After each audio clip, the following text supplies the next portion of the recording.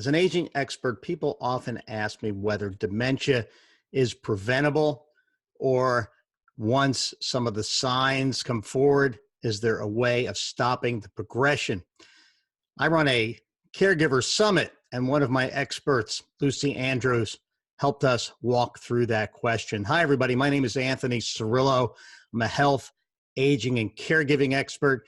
You could find me at www.theagingexperience.com.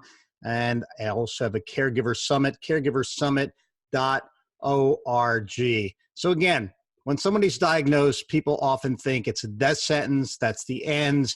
But as I said, there's some things that you can do in your own life to help keep it at bay.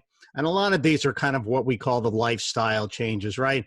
I have a keynote speech that I do called The Meaning of Life, where I actually go through many of these stages. But in this article in 60 and Me, we decided to keep it to a succinct number of manageable things that you can do. So the first thing about, changing your lifestyle, yes, there are some conditions that I have, like high cholesterol, that no matter how much I lose weight, it's going to be, genetics are going to control it. I mean, there's just no getting around it. And so, it really does come back to the basics. Exercise. Exercise actually impacts the chemicals in our brain. The Alzheimer's Society refers to aerobic exercise performed over 20 to 30 minutes several times a week and maintained for at least a year can help ward off or maintain your prognosis with dementia. Could being a brisk walk or cleaning the house or gardening or cooking and washing up. It doesn't have to be getting on the elliptical. We'll talk about that a little bit more. The society notes in one study that 716 people with an average age of 82 who are in the bottom 10% in terms of amount of daily physical exercise were more than twice as likely to develop Alzheimer's. Wow, that's pretty sobering. Hey, it's Anthony Cirillo. I took a quick break from my desk.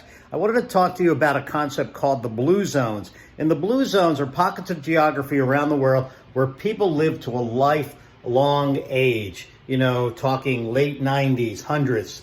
And it has certain characteristics to do with their diet and their exercise and their socialization and all those types of things we've talked about in this article. But one of the things they talk about is moving naturally. And here's a silly example, but a telling one. I'm going to give you a peek here. That's my powder room, you'll see. And when my mother-in-law would come to visit us, and she was downstairs, and we are in my downstairs right now, and she had to go to do her duties, as we would call it. She would not use that powder room over there. What would she do? She would insist on climbing the stairs. Why? Because that's moving naturally. Give you another example. Here we are in my kitchen. You see that dishwasher right there? Mom would not say, no, let's not do the dishes that way. Let's start washing them by hand, okay? Instead of getting on the elliptical, she would go for a walk. It's called moving naturally. Build movement into your day.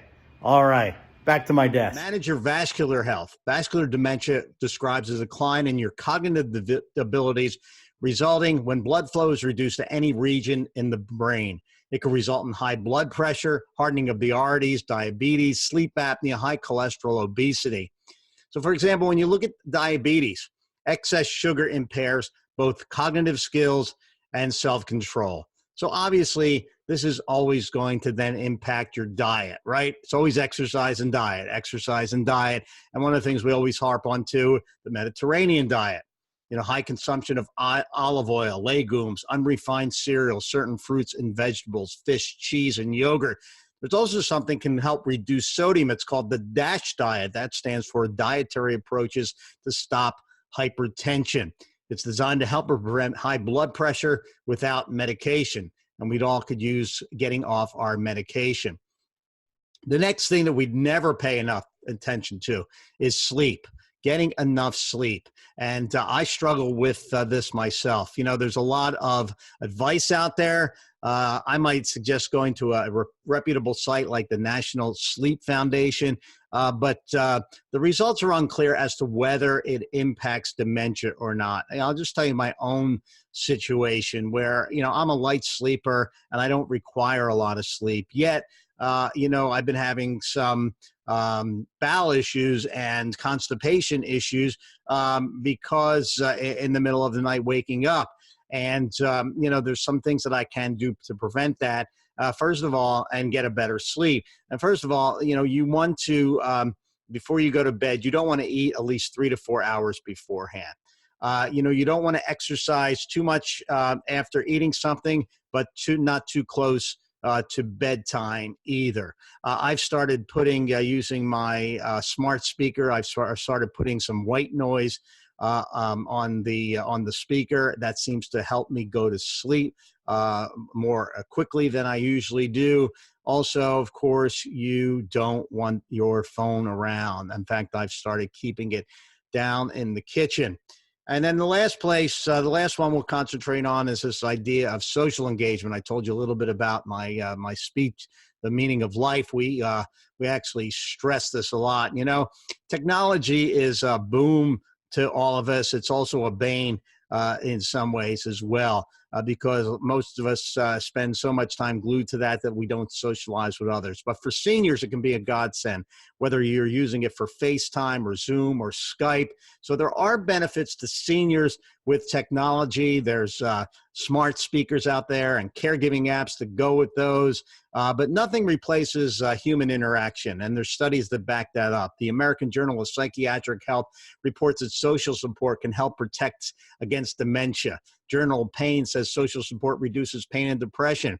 And a recent New York Times article showed that maintaining social activity despite health-related challenges helps lessen the decline in well-being that some people experience later in life. So if you and I are the same age with the same type of medical conditions, chances are if one or the other of us is more social in our life, we're going to have the better health results. So you're going to want to follow exercise, good nutrition, sleep, and socialization.